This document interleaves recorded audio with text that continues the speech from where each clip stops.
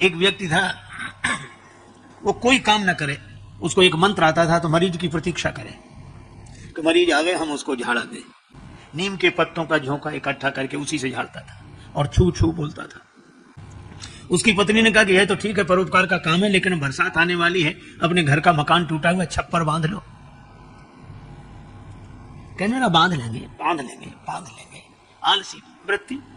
उसने नहीं बांधा, बरसात आ गई, 1 महीना बीत गया, भयंकर बरसात। पत्नी को बड़ी खीज हो कि इसने समय रहते छप्पर नहीं बांधा। एक दिन एक मरीज आया और मरीज को देखकर वो झाड़ने के लिए बैठा, छू छू करके छू। पत्नी किवाड़ के पास खड़ी हो गई कि सुने तो इसका मंत्र क्या है। तो उसका मंत्र मालूम क्या था? वो ऐसे करे छू और फिर बोले आकाश बांधो, पाताल बांधो, 7 समुद्र बांधो, घाट का घटोई बांधो, मरघट का मसान बांधो, छू। और फिर कहे आकाश बांधो, पाताल बांधो, 7 समुद्र बांधो। तो उसकी पत्नी बीच में ही चीख कर बोली, बोले रहने दे, घर का छप्पर तो बंधता नहीं है, आकाश पाताल बांध रहा है, 7 समुद्र बांध रहा है, घाट का घटोई और मरघट का मसान सब बांध लेना। हमारी भी हालत वैसी है, घर का छप्पर बनता नहीं और बातों में हम जाने क्या क्या बांधते हैं। अब लक्ष्मण जी इधर उधर देखें कि कह कौन रहा है, पर वो इतने चतुराई से बोले कि सामने ना आवे। भूप वचन सुने तो कहीं लखन राम डर बोल न सकहीं। अब लक्ष्मण जी को सहन ना हो, पर राम जी के डर से बोल ना पावे। राम जी का भाव यह है कि लक्ष्मण, अगर तुम्हें संकेत हम कर देंगे तो यहां विश्व युद्ध हो जाएगा, दीप दीप के राजा इकट्ठे हैं और युद्ध को टालना चाहिए, युद्ध को टालना चाहिए, युद्ध के परिणाम बहुत बुरे होते हैं। श्री लक्ष्मण जी का कहना यह है कि युद्ध तो हम भी नहीं चाहते, पर इसका यह अर्थ नहीं है कि जिसके जो मन में आवे सो बोलता रहे और जो चाहे वो करता रहे। हमारी शांति प्रियता को कोई हमारी कायरता समझ ले, हम विनम्र हैं पर कायर तो नहीं है। राम जी ने मन ही मन कहा कि लक्ष्मण चिंता मत करो, इनका इलाज तो अभी हम कर देते अभी। और इसीलिए अब आप देखो, बड़ी महत्व की बात है यह कि शांति चाहिए कि युद्ध चाहिए। शांति निश्चित रूप से चाहिए, लेकिन अहिंसा का यह अर्थ नहीं है कि एक बार एक व्यक्ति एक घटना सुना रहे थे कि एक महात्मा कहीं घूमने निकले, तो दोपहरी का समय, तो गांव के किनारे एक वट वृक्ष था, उसके नीचे सोचा छाया में आराम करें। जाने लगे तो एक गांव ने कहा कि बाबा उस वृक्ष के नीचे नहीं जाना। कहा क्यों? कहा वहां बड़ा भयंकर सर्प रहता है, बहुतों को काट चुका है और आप वहीं जा रहे हो। महात्मा भी बड़े अद्भुत होते हैं। महात्मा बोले कोई बात नहीं, उसे भी समझाएंगे, हम तो सबको समझाते घूमते, उसे भी समझाएंगे। लोगों ने बहुत रोका, महात्मा चले गए और सांप दौड़ा उधर से। महात्मा ने देखा, बोले रहने दे, पता नहीं किस कर्म से तो इस योनि में आया है और इस योनि में भी ऐसा करेगा। महात्मा ने समझाया तो कहानी कहती है सांप समझ गया। महात्मा ने समझा, महात्मा सांप को भी समझा लेते हैं। सांप समझ गया, ये और आश्चर्य। एक आदमी ने कहा सांप समझ गया। हमने कहा हाँ, क्यों? हमने कहा इसलिए क्योंकि वो आदमी नहीं था। आदमी के समझने में कठिनाई सांप को। उसने भी कहा अब मैं किसी को नहीं काटूंगा। गुरुदेव ने कहा अहिंसा का पालन करना। ठीक है गुरुजी। गुरुजी तो चले गए और गांव वालों से कहा कि अब सांप अहिंसक हो गया है, किसी को नहीं सताएगा, किसी से नहीं बोलेगा, अब हमारा चेला हो गया है। महात्मा तो कहकर चले गए। अब गांव के लोग आए, देखा पास, सांप कुछ नहीं बोला तो बैठ गए। एक ने पत्थर मारा, सांप फिर भी नहीं बोला। तो एक गया तो उसने नजदीक से पत्थर मारा, सांप फिर भी नहीं बोला। तो एक ने पूंछ पर लात रखी, सांप फिर भी नहीं बोला। तो उसने पूंछ पकड़ के ऐसे उठाया, सांप लटक गया। वो कुछ नहीं बोल रहा था। लड़कों को तो बड़ा मजा आया। अब वो पूंछ पकड़े तो वो बालक सांप की पूंछ पकड़े और वट वृक्ष की डाली पर उसको ऐसे डालें रस्सी की तरह और झूला झूले। और झूलते झूलते थक जाए तो घर भोजन करने चले जाए, भोजन करके लौटे तो फिर झूला झूले। बेचारे की 5 दिन में इतनी दुर्दशा हो गई कि वो तो मरणासन्न हो गया, हड्डी पसली निकल आई। अब जाए तब गुरुजी लौटे 6वें दिन। अब देखा कि चेला चेला सो दिखाई ना पड़े कहीं। एक जगह देखा बिल्कुल मरणासन्न पड़ा था। गुरुजी ने कहा, अरे राम राम राम, तुम्हारी यह दशा हे वत्स किस कुसंग से हुई है? सर्प बोला, गुरुजी कुसंग से नहीं, सत्संग से हुई है। गुरुजी बोले, सत्संग से? हाँ, आपने कहा था किसी को मत काटना। हाँ? किसी को काटना मत, किसी को छेड़ना मत। तो मैं बिल्कुल अहिंसक हो गया। तब से ये बालक रस्सी बनाकर मुझे झूला झूलते हैं, कोई पत्थर मारता है, कोई पांव रखता है, कोई।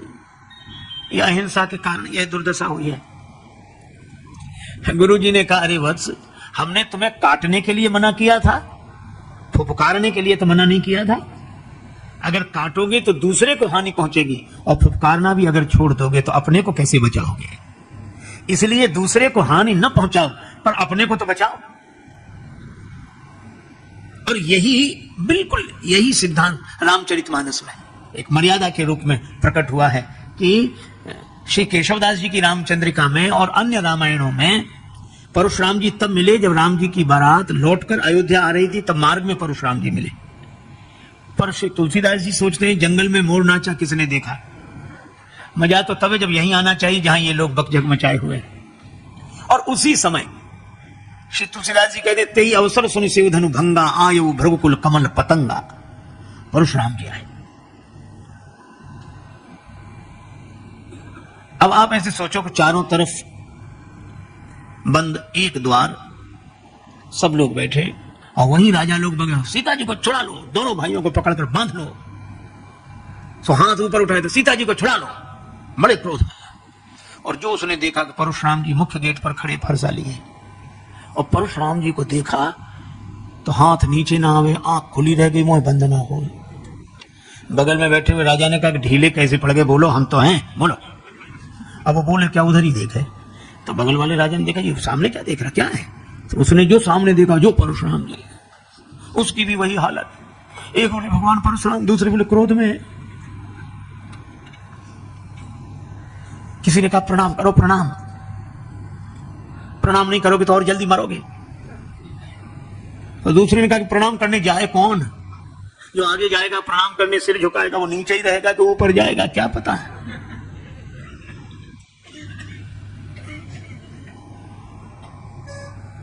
तो कहा कि जो जहां है वहीं से प्रणाम करे। अच्छा, मानस की बड़ी अच्छी परंपरा, पितु समेत ले ले निज नामू, लगे करण सब दंड प्रणाम। पिता का परिचय देते हुए अपना नाम लेकर प्रणाम किया। अच्छा, कई बार मुझे लगता था कि ये कैसी विचित्र परंपरा है, लेकिन ये परंपरा है बड़ी अच्छी।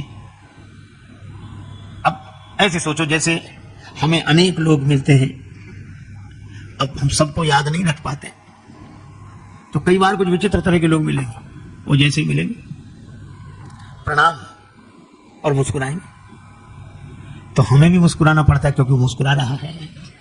अब हम सोचते हैं ये कौन है, और वो फिर कहेगा क्यों महाराज पहचानो। अब ये कह दो कि नहीं पहचाने तो उसे बड़ा सदमा लगेगा कि हमको नहीं पहचाना हम। और अगर कह दो कि नहीं पहचानते हैं, अच्छा तो बताओ हम कौन हैं, हमारा नाम बताओ। अब क्या करें? तो हम लोग बाहर आकर के, अरे तुम्हारा नाम, अरे खूब अच्छी तरह याद, हम तुम्हें अच्छी तरह जानते हो, नाम वो है वो। अब भीतर तो नाम हम कुछ पता ही नहीं है, और नाम तो वही कहने लगेगा कि हमारा ये, हाँ यही नाम तो है, हम तुम्हें अच्छी तरह। इतना झंझट काहे को हो, अगर अपना नाम सीधा लेकर ही परिचय सहित प्रणाम करे। ये बड़ी अच्छी परंपरा है। पित समेत ले ले निज नामो, लगे करण सब दंड प्रणाम। आजकल तो फोन पर लोग बात ऐसी करते, नंबर हेलो, हाँ महाराज से बात करा, तो आप कौन? अरे वो समझ जाएंगे। तो आप कौन है? अब हम उनसे कहो कि हमें बात करनी है, नाम हम कुछ नहीं। और अगर कोई बात न कराए तो नाराज अलग। आजकल हमसे भी बात नहीं कराई जाती, वो बात कराती, अरे भाई नाम तो बताओ। तब तो समेत ले ले निज नामो, लगे करण सब दंड प्रणामो। सबने प्रणाम किया क्योंकि परशुराम जी को देखकर, अरे बाप रे बाप, भृगुपति बिलोक सब भूख उठे कांप। अरे बाप रे बाप, सब भूख उठे कांप। अरे बाप रे बाप, भृगुपति बिलोक सब भूख उठे कांप। अरे बाप रे बाप, भृगुपति बिलोक सब भूख उठे कांप। अरे बाप रे बाप, कोई दे दुकाई कोई भागे चुपचाप। कोई दे दुकाई कोई भागे चुपचाप। कुछ बोले दुबले पतले राजा तो मोटे मोटे राजाओं के पीछे छिप गए। अब मोटे मोटे राजा कहां जाए, कुछ चुपचाप भागे। अब मोटे मोटे राजा बेचारे मजबूरी में बैठे, वो न हिल सकते हैं न डुल सकते हैं। कोई गे लुकाए कोई भागे चुपचाप, और कोई बैठे जैसे सूंघ गया सांप। अरे बाप रे बाप, अरे बाप रे बाप। कोई बैठे जैसे सूंघ गया सांप। अरे बाप रे बाप, रघुपति के लोग सब भूख उठे काम। अरे बाप रे बाप, लोग सब भूख उठे काम। अरे बाप रे बाप। अब परशुराम जी जिसकी ओर गौर से देखते, किसी तो पहले भी कहीं देखा है, वही समझता था कि बस हमारी उम्र के दिन पूरे हो गए। यही सुभाए चितवई हित जानी, सो जाने जनु आय घुटानी। जनक जी ने देखा, श्री जानकी जी को बुलाए, बेटी प्रणाम करो। जनक जी ने प्रणाम किया, श्री जानकी जी को बुलाकर प्रणाम कराया और परशुराम जी ने आशीष दी, आशीर्वाद दिया। जनक जी समझ गए कि नाराज चाहे जितने हों, पर अब आशीर्वाद दे चुके हैं, गड़बड़ी नहीं होगी कुछ। पर परेशान थे विश्वामित्र जी कि हम राम जी को प्रणाम करने भेजे, समाज कहते यही धनुष तोड़ने वाला, उठ जाए फरसा तो संभाले कौन। तब राम जी को जाने ही नहीं दिया, लक्ष्मण जी को नहीं जाने दिया, पहले स्वयं ही गए। विश्वामित्र मिले पुण्य आए। विश्वामित्र जी ने कहा हाँ भगवान परशुराम। परशुराम जी बोले ब्रह्मर्षि विश्वामित्र जी, दोनों गले मिल गए। अच्छा देखो, जब बराबरी वाले एक दूसरे के गले मिलते हैं तो एक दूसरे का हाथ बगल में दबाए रहते हैं। विश्वामित्र जी ने परशुराम जी के फरसे वाला हाथ बगल में दबा लिया और मिलकर अभी अलग नहीं, उसी समय राम चलो प्रणाम करो, लक्ष्मण प्रणाम करो। मतलब यही कि जब तक हम इनके फरसे वाला हाथ बगल में दबाए तब तक कर लो प्रणाम। विश्वामित्र मिले पुनि आई और पद सरोज मेले दो भाई। दोनों भाइयों को चरणों में परशुराम जी ने देखा तो बड़ी प्रसन्न हुए। दीन आशीष देख भले जोटा। उसके बाद जनक जी से पूछा कि भीड़ कैसी इकट्ठी है। बूझत जान अजान जिम व्यापी कोप शरीर। जनक जी ने कहा कि महाराज बेटी का विवाह अच्छा स्वयंवर के ढंग से किया था। शर्त रखी थी कि शिव धनुष का जो खंडन कर दे उसी के गले में बेटी जयमाल डाले। तो क्या शिव धनुष टूट गया? जनक जी डर के मारे उत्तर नहीं दे रहे। और परशुराम जी ने जो देखा, देखे चाप खंड मही डारे, तो बड़े क्रोध में बोले, अतिरि से बोले वचन कठोरा, कहु जल जनक धनुष के ही तोड़ा। अरे ना समझ जनक, ये धनुष किसने तोड़ा है? बड़े क्रोध में बोले। अब देखो, एक अति दूसरी अति को जन्म देती है। क्रोध में आती है परशुराम जी के, तो डर में आती है जनक जी के। अति डर उतर देत नृप नाही।